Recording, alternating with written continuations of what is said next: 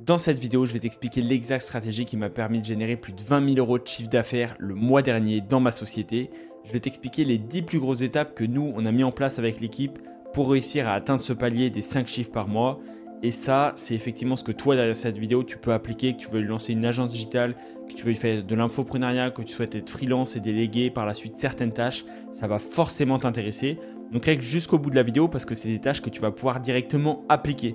C'est-à-dire que tu vas pouvoir mettre pause sur la vidéo, tu vas pouvoir aller sur les différents outils que je vais te montrer et tu n'auras plus qu'à le mettre en place pour ton propre business, pour ta propre activité. Si ce n'est pas encore fait, je vais te donner énormément de valeur, alors abonne-toi pour ne pas rater les prochaines vidéos et on se lance directement avec la prochaine étape. C'est parti, let's go! Comme tu peux le voir ici, on se retrouve sur un outil qui s'appelle Miro. Donc Miro, c'est un outil que je viens de prendre la version payante et c'est incroyable. Donc je te le conseille même pour ce business. Mais l'objectif aujourd'hui, c'est grâce à cet outil de te montrer les 10 étapes qui vont te permettre jusqu'à onboarder tes clients, c'est-à-dire jusqu'à signer tes clients et potentiellement dépasser la barre de plusieurs milliers d'euros, voire je te le souhaite, plusieurs dizaines de milliers d'euros avec ton activité. Encore une fois, ça peut paraître insensé, on voit plein de chiffres partout sur Internet. Moi, je te montre concrètement ce que j'arrive à mettre en place au fur et à mesure, mon avancée, mon évolution dans le business. Il n'y a pas de bonnes ou de mauvaises choses. Aujourd'hui, c'est mal vu quand tu fais juste 2 ou 3 000 € avec ton activité. C'est faux, tu es déjà meilleur que tous ceux qui n'ont pas de résultats. Donc, si je peux juste te motiver avant ça, avant de te montrer les étapes, vraiment, c'est un palier. Donc, que tu veuilles faire 5, 10, 50, 100 000 €.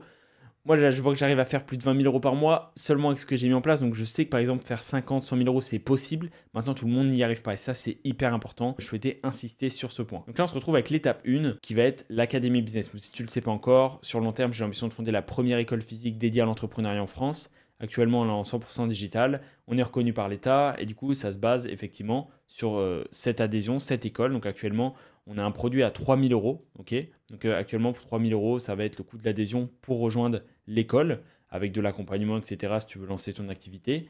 Et effectivement, là, on a eu un peu moins de 10 clients qui nous a permis de générer un peu plus de 22 000 € de chiffre d'affaires. Deuxième étape, on part de cette école. Dans un premier temps, la deuxième étape, ça va être les sources d'acquisition. C'est-à-dire que pour avoir des clients, tu as besoin d'acquérir des leads. Donc les leads, ça va être juste récupérer un prénom et un mail, un prénom, un numéro de téléphone. Et c'est ce lead justement qui va te permettre par la suite de l'amener via différentes stratégies pour derrière, soit lui vendre un produit, soit lui vendre un service, que ce soit du B2B, du B2C. Donc si tu t'adresses à des particuliers ou à des entreprises, ça c'est hyper important. Donc tu vas avoir différentes sources d'acquisition. Moi actuellement, je vais te montrer mes 3 grosses sources d'acquisition pour l'Académie Business Moon. Maintenant, il en existe énormément. Franchement, c'est à toi en fonction de ton persona, en fonction de ton client type, où il va se trouver. Nous, aujourd'hui, les 3 grosses sources d'acquisition, ça va être via France Travail. Comme on est reconnu par l'État, on en a plusieurs, donc via France Travail, via tous les outils annexes, etc., qui nous mettent en avant, nous, les organismes de formation. Ensuite, tu vas avoir de la publicité, donc principalement actuellement sur Meta. Meta, je le rappelle, ça regroupe Facebook et Instagram, qui sont, je pense, les 2 plus gros réseaux sociaux qu'on peut trouver aujourd'hui sur Internet. Et également YouTube. Là, tu es sur cette chaîne et tu vois, tu regardes toi-même sur cette vidéo. Ça se trouve, tu vas cliquer sur le lien en dessous de cette vidéo. Tu vas être intéressé par l'académie, tu vas devenir client. Et ça, c'est avec juste là mes 2000 abonnés, ça m'a déjà rapporté assez de clients. Ça m'a déjà rapporté surtout énormément de chiffre d'affaires avec seulement quelques centaines de vues par vidéo. Donc pour te dire que ces 3 sources d'acquisition, déjà, elles sont hyper puissantes. Et à côté, il peut y en avoir plein. On verra dans plein d'autres vidéos comment faire l'acquisition physique, etc. Parce que c'est vraiment ce que je souhaite faire par la suite. Et je vais te montrer tout ça étape par étape. Une fois justement que tu as tes sources d'acquisition qui sont mises en place, nous, ce qu'on a fait pour l'étape 3, c'est que j'ai une équipe de setters et de closers. Donc, dans un premier temps, les setters, c'est des personnes qui vont appeler au téléphone comme des commerciaux modernes, on va dire. À l'ancienne, c'était des commerciaux qui allaient toquer aux portes. Maintenant, c'est des commerciaux, tu as juste besoin, toi, si tu veux devenir setter, d'avoir un téléphone. Tu vas être payé à la commission. Et donc, nous, en fait, tous les leads qu'on a, on va les centraliser sur des Google Sheets, donc des Google Sheets, des Excel. L'anecdote, c'est que mon père, moi, il est salarié dans une boîte où il fait des tableaux Excel toute sa journée, donc il connaît très très bien Excel. Il m'a fait des tableaux personnalisés en fonction de ce que j'avais besoin, où dedans il y a plein de colonnes différentes. Il y a le numéro de téléphone, il y a le nom, prénom, il y a une petite biographie du lead, etc. Des choses à cocher pour les setters, etc. Donc il m'a automatisé tout ça. Si ça t'intéresse, dis-le moi dans les commentaires, je pourrais te montrer ça dans une autre vidéo. Et à partir de ces tableaux, effectivement, il y a une équipe. Du coup, là, on est 7 dans l'équipe.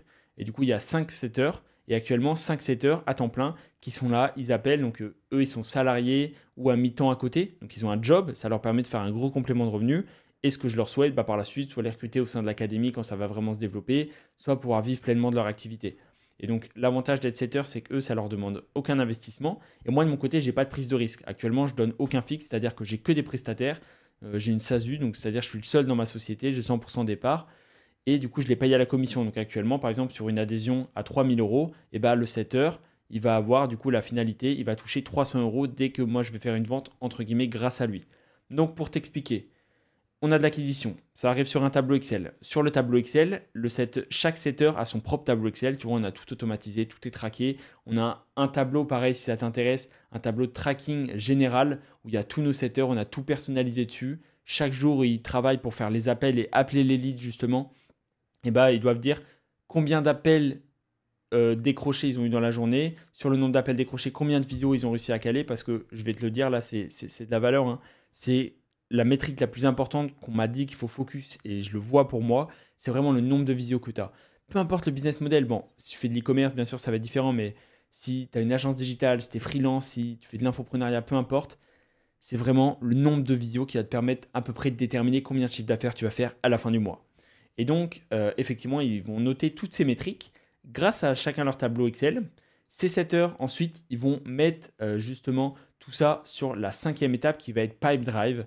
Pipedrive, je t'invite à check sur Internet. C'est un outil, ça coûte quelques dizaines d'euros par mois, mais c'est incroyable. C'est un outil que tu as absolument besoin pour gérer ton équipe, pour gérer tes leads, pour gérer tes sources d'acquisition. Combien de personnes je vois qui ont une activité, qui rejoignent l'académie, et il n'y a aucun process qui est mis en place, c'est pas possible. Ça serait un bordel. T'en as, ils vont faire à la main, ils vont noter, tiens, j'ai mes leads sur un tableau Excel. T'en as, ils vont le noter comme ça, tiens, j'ai mes numéros de téléphone, j'appelle, je vois, je fais pas de relance, c'est le bordel. Pipedrive, je te montrerai pourquoi pas si ça t'intéresse dans une autre vidéo. En fait, tu vois, tu as des colonnes comme ça. Et dans chaque colonne, tu vas être, par exemple, chaque source d'acquisition. Tu sais, j'utilise des outils comme Zapier qui vont automatiser les outils entre eux. Tu peux regarder sur Internet. Et à partir de là, chaque lead va automatiquement arriver ici avec sa fiche. Et moi, ce qui se passe, c'est qu'on filtre. C'est-à-dire, par exemple, là, il y a des leads qui ne sont pas qualifiés. Tu as des leads, soit ils ne vont pas avoir de budget pour rejoindre l'école. Soit tu as des leads, effectivement, ils ne vont pas vraiment vouloir se lancer maintenant. Soit tu as des leads, ils ne savent même pas pourquoi ils ont rempli un formulaire sur une publicité. Et du coup, mes setters, effectivement, leur job, c'est d'appeler.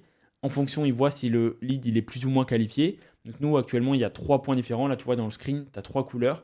Soit c'est en rouge et le lead, au final, on voit qu'il n'est pas qualifié et tout. Et dans ce cas-là, on ne va pas le mettre en visio. Parce que là, les setters, ils n'ont pas d'intérêt à mettre le plus de visio possible. Parce que s'ils mettent des visios au final qui sont pas ouf, nous, derrière, on ne va pas closer. Derrière, on ne va pas faire vendre. Donc eux, ils ne vont pas faire d'argent non plus. Donc ils ont tout intérêt à être hyper à l'écoute pour envoyer que des leads qui sont vraiment qualifiés, c'est-à-dire qui potentiellement seraient intéressés pour réellement se faire accompagner avec l'école. Et donc aujourd'hui, le rouge, c'est si vraiment on voit que ce n'est pas des leads intéressants, enfin actuellement, ça ne va pas matcher.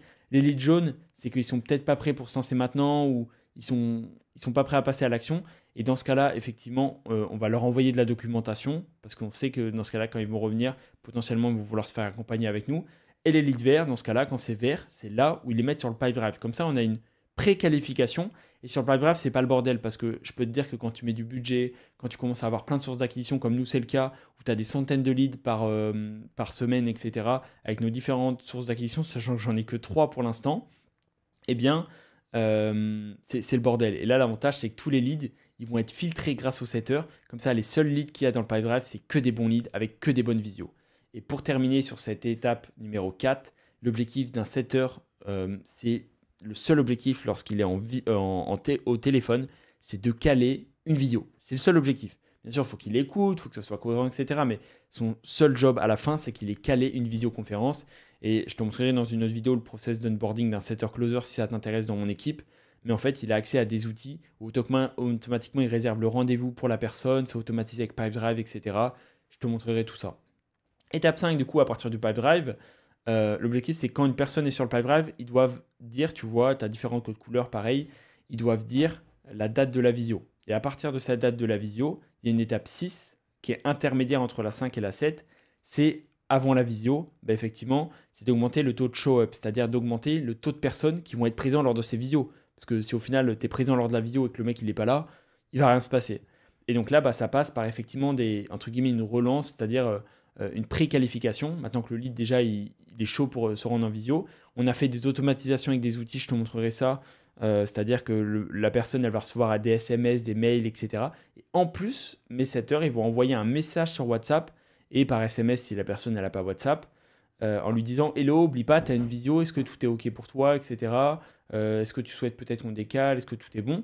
La majorité des gens, ils vont répondre, ils vont être heureux qu'on leur envoie en plus un message, etc. Ils vont voir qu'il y a un suivi, et ça va plaire, et en plus, ça va augmenter ton taux de participation, donc c'est incroyable.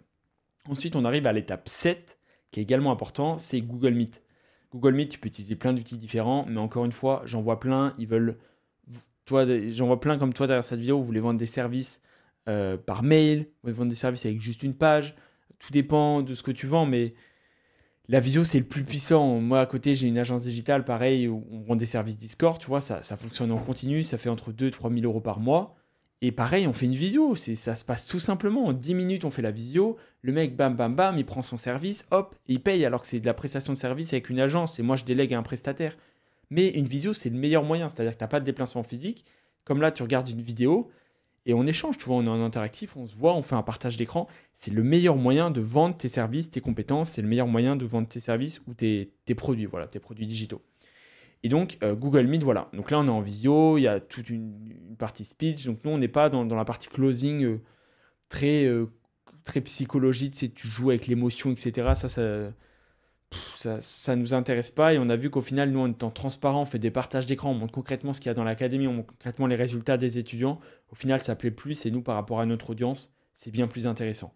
Mais bon, ça, c'est pas le gros sujet de la vidéo, mais Google Meet, vraiment, c'est un outil game changer. Tu vois, il y a des petites étapes clés, en fait, donc je les récapitulerai à la fin, mais c'est vraiment les étapes indispensables à côté des étapes intermédiaires. Étape 8, à la fin, nous, donc personnellement, chacun fait comme il veut, mais nous, notre process, à la fin de la visio, le closer, ou moi-même quand je fais également encore des visio closing, eh bien, on va proposer de créer un groupe WhatsApp avec la personne, le setter, le closer et moi-même. En gros, ça fait une équipe. On est là pour l'accompagner, on est là pour faire le suivi. Et ça montre encore une fois qu'on n'est pas juste là à vendre un produit via Google Meet. On est là derrière pour faire un suivi sur WhatsApp, ça plaît énormément. Tu crées un groupe, on met un logo spécial à chaque fois, etc. On met le prénom, Business Moon. C'est pro, on lui envoie de la doc, on lui envoie le récap de ce qu'on lui a dit en visio en format PDF. Oh merde. On lui envoie ce qu'on a dit au format PDF, tout est mis en place, etc. Donc ça plaît énormément. Étape 9 qui est intermédiaire, c'est peut-être la partie R2, c'est-à-dire que tu fais un premier rendez-vous. La personne, en fait, nous, l'objectif, c'est pas de closer en R1 comme tous les infopreneurs ils font. Ils jouent avec la psychologie, hop, faut que tu achètes maintenant, avant ce soir minuit, sinon c'est pas bon. Nous, c'est pas notre philosophie. Et effectivement, du coup, ce qu'on met en place, c'est qu'on suit ce groupe. Des fois, au bout de 3 jours, on va refaire une autre visio. Des fois, au bout d'une semaine, des fois, au bout de 2 semaines, ça dépend. On laisse la personne, on répond à ses questions. Ça se passe super bien comme ça. Souvent, on fait un R2, et c'est le R2 où là, on va plutôt discuter côté financement, côté effectivement, quelle est la source de financement qui va l'intéresser. Est-ce qu'elle est vraiment motivée? Nous, on a des sessions tous les mois qui ne peuvent pas rejoindre en milieu et fin de mois, c'est qu'en début de mois. Donc, on voit en fonction des places qui sont dispo, parce que nous, nos places d'accompagnement, elles sont réellement limitées, actuellement avec les formateurs, etc. Et l'étape 10, du coup, c'est le côté financement. Actuellement, on en a 3. On a via le compte personnel de formation, si tu veux rejoindre l'académie. On a effectivement le côté en fonds propres. Donc là, on utilise des méthodes de paiement en plusieurs fois, on utilise différents outils. Je vais faire un partenariat avec une banque physique qui va proposer des plans de paiement. Enfin, ça va être incroyable. Franchement, je vais te montrer concrètement ce qu'on met en place. Ça change de ce que tu vois sur Internet. Donc, si tu es encore à ce stade-là de la vidéo, tu dois vraiment t'abonner. J'essaie de te montrer concrètement ce que je mets en place et d'être le plus transparent. Et tu as le côté, effectivement, France Travail. Comme nous, on a les financements. Donc, tu en as plein d'autres. Tu as France Travail, tu as la région Île-de-France, tout ça. C'est des financements de l'État qui peuvent permettre que le client il a un reste à charge de 0 € et qu'il puisse rejoindre l'accompagnement pour 0 €. Moi qui veux faire une école avec l'État, etc., j'ai tout intérêt à mettre tout ça en place. Et du coup, on arrive à la finalité après cette étape 10 qui va être l'onboarding client. Une fois que tu as mis en place tout ce que je t'ai indiqué ici, donc ces 10 étapes, ensuite, il y a un deuxième gros chantier qui va être la partie onboarding client. Je te le montrerai dans une autre vidéo. Tu me dis onboarding client en commentaire et avec plaisir, je te montrerai comment ça se passe, nous, au sein de l'Académie Business Moon pour tous ceux qu'on accompagne.